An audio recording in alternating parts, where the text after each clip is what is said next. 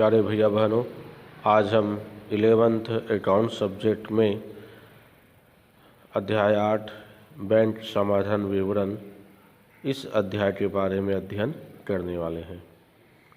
आज के इस युग का प्रत्येक व्यवसायी बैंकों के माध्यम से अपने व्यापारिक व्यवहारों को बिना किसी भय के संपन्न कर रहा है। बैंकों द्वारा जमा स्वीकार करने, ऋण प्रदान करने तथा अभिकर्ता संबंधी दी जाने वाली अनेक सुविधाओं के कारण आधुनिक व्यवसाय में बैंकों का महत्व अत्यधिक बढ़ गया है। व्यापारिक क्रियाओं के सफल संचालन में बैंकों का योगदान अत्यंत ही सराहनीय हो गया है। सामान्यतः व्यापारी बैंक द्वारा दिए जाने वाले चालू खाते की सुविधा का उपभोग करता है, क्योंकि इस खाते में प्रतिदिन अनेक बार राशि जमा की जा सकती है तथा आवश्यकता अनुसार अनेक बार राशि निकाली भी जा सकती है। अतः व्यापारी द्वारा इस खाते को खोलने हेतु आवेदन करने के पश्चात बैंक एक निश्चित राशि प्राप्त कर अपनी पुस्तकों में व्यापारी का खाता खोलती है तथा इस खाते की नकल स्वरूप व्यापारी को पासबुक प्रदान करती है। इसी तरह व्यापारी भी अपनी रोकड़ बही में बैंक स्तंभ रखकर बैंक के साथ किए गए व्यवहारों का हिसाब रखता है। इसके बाद आते हैं रोकड़ बही और पासबुक का संबंध। जब व्यापारी बैंक में नकद अथवा चेक जमा करता है, तब वह अपनी रोकड़ बही के बैंक स्तंभ को डेबिट कर संबंधित राशि की प्रविष्टि करता है तथा बैंक प्राप्त राशि अथवा चेक की राशि व्यापारी के खाते में क्रेडिट करती है। इसी तरह बैंक से राशि निकालने पर व्यापारी बैंक को क्रेडिट तथा बैंक व्यापारी को डेबिट करती है। अतः रोकड़ बही और पासबुक में विपरीत पक्षों में प्रविष्टियां की जाती है। यहाँ यह कहा जा सकता है कि रोकड़ बही और पासबुक में विपरीत संबंध होता है।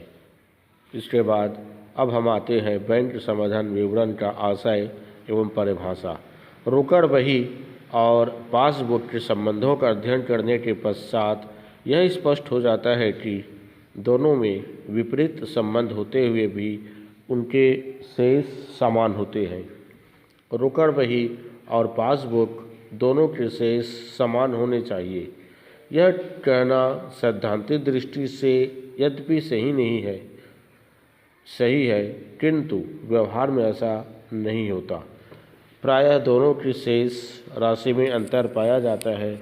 यह अंतर बैंक और उसके ग्राहकों के मध्य किन्हीं व्यवहारों की सूचनाओं के आदान प्रदान न होने के कारण उपस्थित होता है। अतः रोकड़ बही और पासबुक के शेष में अंतर होने की स्थिति में इसके कारणों की खोज करना आवश्यक है, ताकि दोनों के शेष का मिलान किया जा सके। इस आवश्यकता को पूर्ण करने के लिए ग्राहक द्वारा समय समय पर एक विवरण तैयार किया जाता है, जिसे बैंक समाधान विवरण कहते हैं। अब हम आते हैं परिभाषा की ओर। विलियम पिटिल्स के शब्दों में सामान्यतः एक ऐसा विवरण तैयार किया जाता है जो प्रस्तुत न किए हुए तथा वसूल न किए हुए चेकों के प्रभाव को प्रकट करता है। यही विवरण बैंक समाधान विवरण कहलाता है। बैंक समाधान विवरण एक ऐसा विवरण है जो मुख्यतः पासबुक के शेष का रोकड़ बही से मिलान के लिए तैयार किया जाता है। सामान्य शब्दों में एक निश्चित तिथि पर रोकड़ बही और पासबुक के शेष में अंतर उपस्थित करने वाले कारणों की खोज कर ज्ञात कारणों से बैंक को अवगत कराने के उद्देश्य से बनाया गया विवरण ही बैंक समाधान विवरण है। अब हम आते हैं बैंक समाधान विवरण की विशेषताएं। इसमें पहला पॉइंट है अंतर की दशा में तैयार करना। बैंक समाधान विवरण तभी तैयार किया जाता है जब रोकड़ बही के बैंक खाते और पासबुक के शेष में अंतर पाए जाते हैं। निश्चित तिथि तो तैयार करना। बैंक समाधान विवरण एक निश्चित तिथि को ही तैयार किया जाता है। तीसरा, बैंक समाधान विवरण एक खाता नहीं बल्कि यह एक विवरण होता है। बैंक समाधान विवरण हमेशा ग्राहक द्वारा ही बनाया जाता है, न कि बैंक द्वारा, अर्थात यह कभी भी बैंक के द्वारा नहीं बनाया जाता, इसे हमेशा ग्राहकों के द्वारा ही बनाया जाता है। उसके बाद है बैंक में जमा की गई रोकड़ या चेक तथा बैंक से निकाली गई रोकड़ आदि के संबंध में किए गए छल कपट या त्रुटि का पता लगाना भी इस विवरण का उद्देश्य होता है, ताकि संपूर्ण व्यापार पर नियंत्रण रखा जा सके। इसके बाद आप आते हैं बैंक समाधान विवरण की आवश्यकता एवं महत्व। पहला है त्रुटियों का पता लगाना। बैंक समाधान विवरण पत्र के माध्यम से लेन देनों के लेखांकन में, रोकड़ बही में या पासबुक में हुई त्रुटियों का पता चलता है, जिसमें समय रहते हुए सुधार किया जा सकता है। दूसरा, छल कपट का प्रकटीकरण। बैंक समाधान विवरण पत्र के माध्यम से रोकड़िए द्वारा किए गए छल कपट, गबन आदि को सामने लाया जा सकता है, जिससे यह विवरण फर्म के तथा बैंक के कर्मचारियों को गबन करने से रोकता है। तीसरा, रोकड़ बही में लेखा करने का आधार। बैंक द्वारा विभिन्न प्रविष्टियां व्यापारी के खाते में कर दी जाती है, जिसकी सूचना व्यापारी को प्राप्त नहीं हो पाती। पासबुक में सूचना प्राप्त होने पर इसके आधार पर प्रविष्टियां रोकड़ बही में कर ली जाती है, जिससे रोकड़ बही बैंक का सही शेष दर्शाता है। चौथा, बैंक द्वारा गलत प्रविष्टियों की जांच। बैंक समाधान विवरण पत्र के माध्यम से यह पता चलता है कि प्रविष्टियों में किस प्रकार की गलतियां हुई है तथा उन्हें कैसे सुधारा जा सकता है। पांचवा है अंकेक्षण हेतु। बैंक समाधान विवरण पत्र अंकेक्षण के लिए भी बनाया जाता है, क्योंकि इस विवरण पत्र में व्यवहारों की स्थितियों के बारे में जानकारियाँ मिलती है तथा बैंक समाधान विवरण पत्र के आधार पर ही अंकेक्षक बैंक शेष प्रमाणित करता है। छठवां है वास्तविक शेष का ज्ञान। बैंक समाधान विवरण पत्र के माध्यम से बैंक के वास्तविक शेषों की जानकारियाँ मिलती है, जिसके आधार पर व्यापारिक लेन देनों के भुगतानों का प्रबंधन किया जा सकता है। सातवां है चेकों का लेखा जोखा। बैंक समाधान विवरण उन चेकों का पूरा लेखा जोखा रखने में सहायक है जो बैंक में वसूली के लिए भेजे गए हैं। साथ ही चेकों के वसूल करने में की गई अनावश्यक देरी का पता चल जाता है।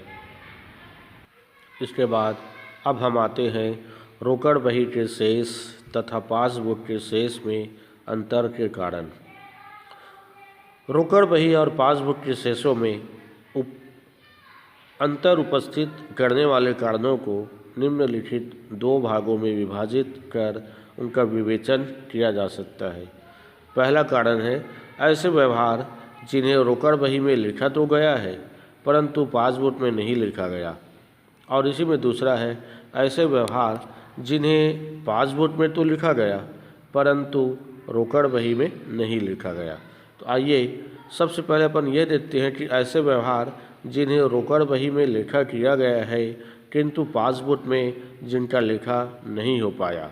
इसमें पहला पॉइंट है निर्गमित चेक जो भुगतान हेतु प्रस्तुत नहीं हुए। व्यापारी जब अपने लेनदारों को भुगतान करने हेतु चेक निर्गमित करता है तो इसका लेखा वह रोकड़ बही के क्रेडिट पक्ष में तुरंत कर देता है, किंतु बैंक इस व्यवहार का लेखा उस समय तक नहीं करता जब तक कि ऐसे जारी किए गए चेक का भुगतान हेतु वह चेक बैंक में प्रस्तुत नहीं किए जाते। अतः ऐसे व्यवहार का लेखा पासबुक में नहीं होने के कारण रोकड़ बही और पासबुक दोनों के शेषों में अंतर उपस्थित हो जाता है। दूसरा है संग्रह करने हेतु भेजे गए चेक का संग्रहण न हो पाना। व्यापारी समय समय पर अपने ग्राहकों से भुगतान में प्राप्त चेक, हुंडी, विपत्र आदि को अपने बैंक में संग्रह करने हेतु भेजता है तथा तुरंत ही इनकी राशि से रोकड़ बही में बैंक को डेबिट कर देता है, किंतु बैंक व्यापारी के खाते को उस समय तक क्रेडिट नहीं करता जब तक कि ऐसे चेक, हुंडी तथा विपत्र की राशि देनदार से वसूल नहीं हो पाती। इस तरह ऐसे व्यवहार का लेखा रोकड़ बही में तो हो जाता है, किंतु पासबुक में न होने के कारण दोनों की शेष राशि में भिन्नता पाई जाती है। तीसरा है ऐसे चेक जो रोकड़ बही में लिखे गए परंतु बैंक में जमा करना भूल गए। कभी कभी जल्दी में व्यापारी प्राप्त चेकों का लेखा रोकड़ बही में कर तो लेता है, परंतु भूल से या अन्य किसी कारण से उन चेकों को बैंक में जमा कराना भूल जाता है। परिणाम यह होता है कि रोकड़ बही का शेष बढ़ जाता है और पासबुक का शेष पूर्ववत बना रहता है। अब हम आते हैं ऐसे चेक जिन्हें पासबुक में लिखा गया किंतु रोकड़ बही में नहीं लिखा गया। इसमें पहला पॉइंट है बैंक द्वारा दी गई जमा राशि पर ब्याज। बैंक समय समय पर अपने ग्राहक की जमा राशि पर ब्याज स्वीकृत कर उसके खाते में क्रेडिट कर देती है, किंतु ग्राहक उस राशि को अपनी रोकड़ बही में उस समय तक डेबिट नहीं कर पाता जब तक कि उसे अपनी सूचना प्राप्त नहीं हो पाती। अतः दोनों पहियों के शेष में अंतर होना स्वाभाविक बात है। दूसरा, बैंक द्वारा लगाया गया अधिविकर्ष पर ब्याज, बैंक व्यय, कमीशन आदि बैंक अपने ग्राहक को उसकी जमा राशि से अधिक राशि निकालने की सुविधा प्रदान करती है। अतः समय समय पर ग्राहक द्वारा अधिक निकाली गई राशि पर बैंक ब्याज लगाती है।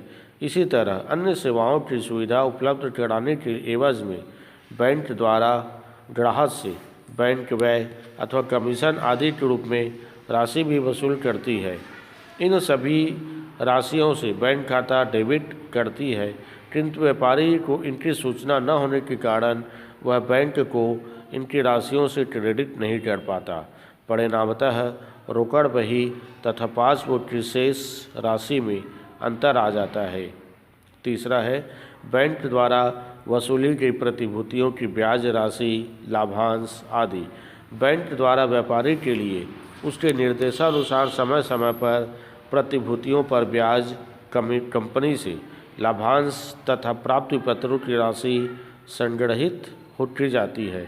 अतः बैंक जैसे इनकी राशि वसूल कर लेती है, तुरंत ही ये राशियां व्यापारी के खाते में जमा कर दी जाती है, किंतु सूचना के अभाव में व्यापारी इनका लेखा अपनी बहियों में नहीं कर पाता। परिणामतः रोकड़ बही और पासबुक के शेष में अंतर हो जाता है। चौथा, व्यापारी के खाते में उसके देनदारों द्वारा सीधी जमा की गई राशियाँ। कभी कभी व्यापारी के देनदार व्यापारी के बैंक खाते में सीधी राशि जमा करा देते हैं। इसकी सूचना व्यापारी को कुछ समय बाद मिलती है, अतः सूचना मिलने तक रोकड़ बही व पासबुक के शेष में भिन्नता तो होगी ही। पांचवा, बैंक द्वारा व्यापारी के लिए किए गए सीधे भुगतान।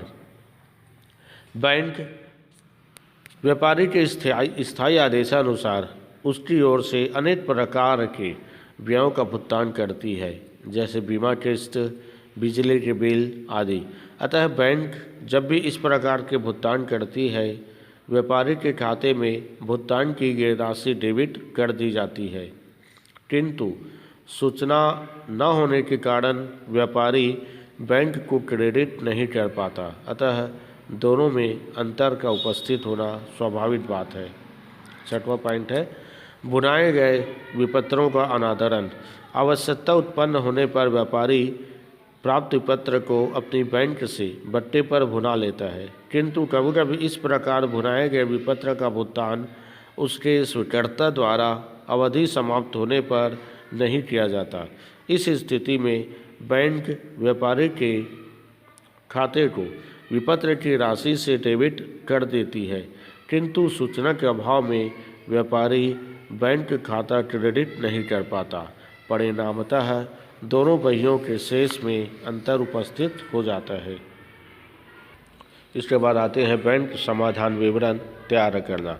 बैंक समाधान विवरण का मुख्य उद्देश्य रोकड़ बही तथा पासबुक में पाए जाने वाले कारणों को ज्ञात करते हुए बैंक समाधान विवरण तैयार करना है। निश्चित तिथि को विवरण पत्र तैयार करना।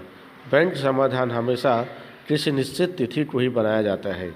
निश्चित तिथि को ही बैंक की पासबुक में की गई प्रविष्टियों का मिलान रोकड़ बही के बैंक खाने में की गई प्रविष्टियों से हमेशा करना चाहिए। इसके बाद रोकड़ बही का डेबिट शेष होने पर और रोकड़ बही का क्रेडिट शेष होने पर बैंक समाधान विवरण एक निश्चित तिथि को व्यापारियों के माध्यम से ग्राहकों द्वारा बनाया जाता है। इसके बाद शेष अगले वीडियो में बतलाया जाएगा।